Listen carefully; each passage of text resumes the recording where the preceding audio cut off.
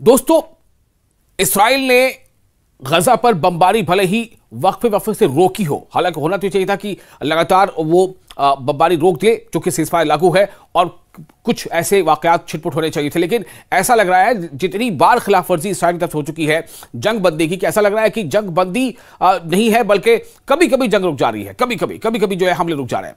लेकिन इसी बीच एक बड़ी खबर आपको दे रहे हैं, यमन, जी हां, वही यमन जहां के हौसियों ने इसराइल के नाक पे दम कर रखा था।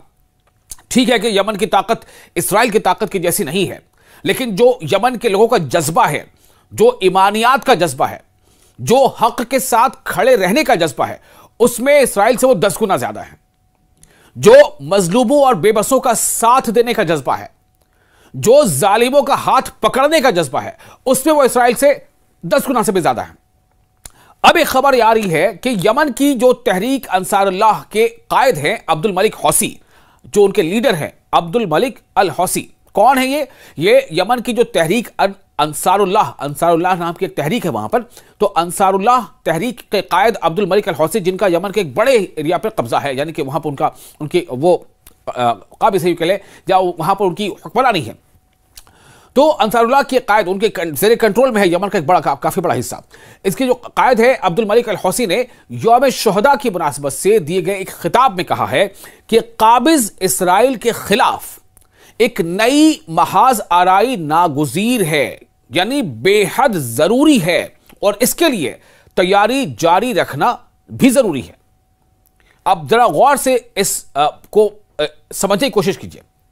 यमन की तहरीक अंसारुल्लाह के कायद अब्दुल मलिक अल हौसी ने यौम शुहदा की मुनासबत से एक खिताब में जो बातें कही हैं वो काफी अहम। वो ये कह रहे हैं कि काबिज इसराइल के खिलाफ एक नई महाज आराई, यानी एक नया मोर्चा बहुत जरूरी है, और इसके लिए तैयारी जारी रखना भी जरूरी है।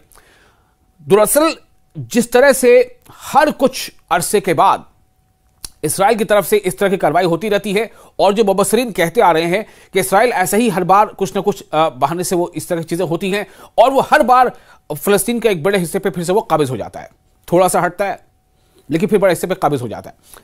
ये जो रविश है उसके खिलाफ करने का ये इशारा कर रहे हैं उन्होंने, यानी अब्दुल मलिक अल हौसी ने वाज़ेह किया है कि हम अगली लड़ाई के लिए बुनियाद इस तैयारी पर रख रहे हैं, और दुश्मन या जो भी इसमें मुलविस हो उसके खिलाफ मुकाबले के लिए तैयार रहना चाहिए। उन्होंने जोर देकर कहा, किसने? अब्दुल मलिक अल हौसी ने जोर देकर कहा कि हम यकीनन काबिज इसराइल के खिलाफ एक नई मुकाबलाबाजी की तरफ जा रहे हैं। चूंकि जिस तरह से यह देखा जा रहा है, आप देखिए दुनिया के तमाम बड़े मुल्कों की कोशिश से, जिसमें अमेरिका, ब्रिटेन, अरब ममालिक, तुर्की, ऐसे तमाम ममालिक शामिल रहे, उनकी कोशिश से मिस्र के शर्म शेख में जो सीज फायर को लेकर वहां पर एक आला सतही जो है वहां पर एक समिट हुई और सरबराही समिट हुई थी, तो उसमें तय होने के बावजूद, उसमें फरीकैन की तरफ से दस्तखत होने के बावजूद तकरीबन 60-70 बार अब तक इसराइल की जानिब से इस सीज फायर का वायलेशन हो चुका है। यानी इस सीज फायर को लागू हुए अभी 60-70 दिन हुए नहीं है, लेकिन इसकी खिलाफवर्जी 60-70 दफा हो चुकी है, और खासतौर से अलग अलग हिकमत अमली के साथ सीधी तौर पर कई बार इसराइली फौजी उसमें शामिल नहीं भी होते। 3 से 4 बार तो एयर स्ट्राइक कर दी है मशरकी गजा में, रफा के आसपास के इलाकों में, खान यूनिस में।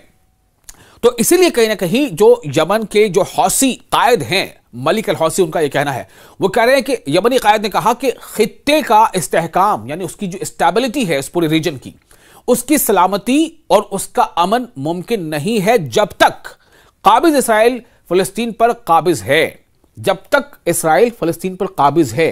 क्योंकि आपको पता है ना कि फलस्तीन के एक बड़े हिस्से पर इसराइल का कंट्रोल है, और मांग लगातार ये उठ रही है, या हमास या दूसरी जो भी तंजीमें हैं, दरअसल वो ये चाहती हैं कि इसराइल ये कब्जा खत्म करे और फलस्तीन को अपने तौर पर आजाद रहने दे। इसी बात को लेकर के जो रेजोल्यूशन यूएन में पास हुआ था, जिसमें यह कहा गया था कि क्या फलस्तीन को एक अलग स्टेट, एक इंडिपेंडेंट स्टेट, एक कंट्री तस्वर किया जाए, माना जाए, तो उसको लेकर के जो वोटिंग हुई थी उसमें 193 में से 142 मुल्कों ने, यूएन के जो 193 मेंबर मुल्क है उनमें से 193 में से 142 मुल्कों ने इसके हामी भरी थी, इसके पक्ष में वोट दिया था। इसके हक में वोट दिया था। और उनमें उनमें नाम जर्मनी का भी शामिल है, उनमें नाम ब्रिटेन का भी शामिल है, उनमें फ्रांस का भी नाम शामिल है। और बहुत दबाव अमेरिका पर भी था, इंटरनल प्रेशर था कि अमेरिका भी उसको माने, हक करे। लेकिन उसमें जो उसकी मुखालफत में जो वोटिंग हुई थी उसमें से 10 मुल्कों ने उसकी मुखालफत की थी। 193 में से 10, उन 10 में से जाहिर है कि इसराइल तो खुद था ही और खुद अमेरिका भी था। तो इसीलिए कहीं ना कहीं ये बात कही जा रही है कि जब तक, उनका कहना है अब्दुल मलिक अल हौसी का, कि इस पूरे खित्ते में अमन कायम तब तक नहीं हो सकता जब तक इसराइल पूरी तरह से फिलिस्तीनी कब्जे को खत्म कर दे। ठीक है ना? जब तक इसराइल फिलिस्तीन पर कब्जे को खत्म नहीं करता तब तक इस खित्ते में अमन सलामती वो मुमकिन नहीं है। उन्होंने कहा है कि हमारी उम्मत के खिलाफ सेहूनी साजिशों को अमली तौर पर आगे बढ़ा रहा है कौन? ये इसराइल ऐसा कर रहा है। अब्दुल मलिक अल हौसी का ऐसा कहना है। उन्होंने मजीद कहा कि काबिज इसराइल गजा में जंग बंदी की खिलाफ वर्जी जारी रखे हुए कत्ल और मुहासरा कर रहा है। दरवाजा जो है यानी कि रफा बंद कर दिया, जो रफा के पास जो एंट्री है, रफा के पास जो एंट्री है उसको उसने बंद कर रखा है। जब मर्जी हुई थोड़ा खोला। यहां तक कि जो ह्यूमैनिटेरियन एड लिए हुए जो ट्रक्स जो गजा में एंटर होना चाहते हैं उनकी तादाद भी बहुत ज्यादा नहीं बढ़ी है, बहुत मामूली बढ़ी है। जबकि यूएन की एजेंसी कई बार कह चुकी है कि अभी भी हजारों गजा के बच्चे भूखे सोने पर मजबूर हैं, अभी भी ताहाल की यह बात है। ऐसे में ह्यूमैनिटेरियन एड्स के साथ वाले जो ट्रक्स हैं, अलग अलग एनजीओज के, खुद यूएन की एजेंसीज के, अलग अलग मुल्कों के, उन्हें पूरी तरह से गजा के अंदर जाने की इजाजत इसराइल जो है नहीं दे रहा, रोक रहा है। तो इसको ये कहा, ये इस पर उनका इशारा है कि जो रफा के जो एंट्रेंस है उसको बंद कर रखा है और इमदाद रोक रहा है। अब्दुल मलिक अल हौसी ने कैदियों के मामले पर भी बात की और कहा कि काबिज दुश्मन की उनके खिलाफ रवा रखी गई वहशियाना हरकत अभी भी जारी हैं और मुर्दा अजसाम यानी जो डेड बॉडीज हैं, मुर्दा अजसाम, जिस्म का प्लूरल अजसाम, मुर्दा अजसाम ने बाज कैदियों पर किए गए तशद्दुद की मुहिब तस्वीर पेश की है।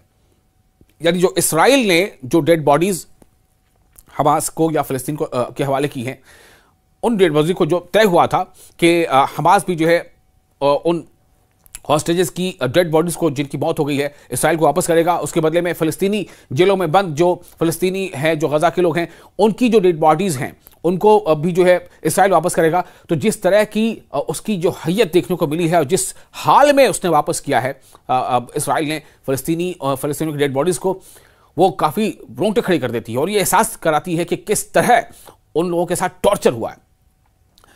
तो उन्होंने कहा कि उन्होंने दुश्मन को इंतहाई खूनी और खतरनाक करार दिया, अब्दुल मलिक अल हौसी ने, और इसकी नजरियाती बुनियाद को इंतहाई खतरनाक बताया।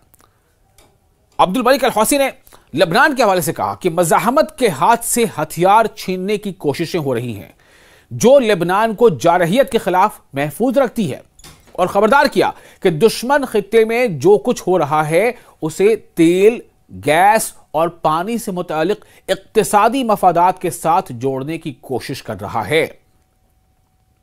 उन्होंने इस बात को खबरदार किया है। उन्होंने अपना खिताब इस अल्फाज के साथ, इन अल्फाज के साथ खत्म किया कि हम एक ऐसे उम्मत हैं, हम एक ऐसी उम्मत हैं जिसे निशाना बनाया जा रहा है, चाहे हम पसंद करें या ना करें, और हमें इसके खिलाफ सिर्फ जिहाद ही बचा सकता है। यह अब्दुल मलिक अल हौसी का कहना है।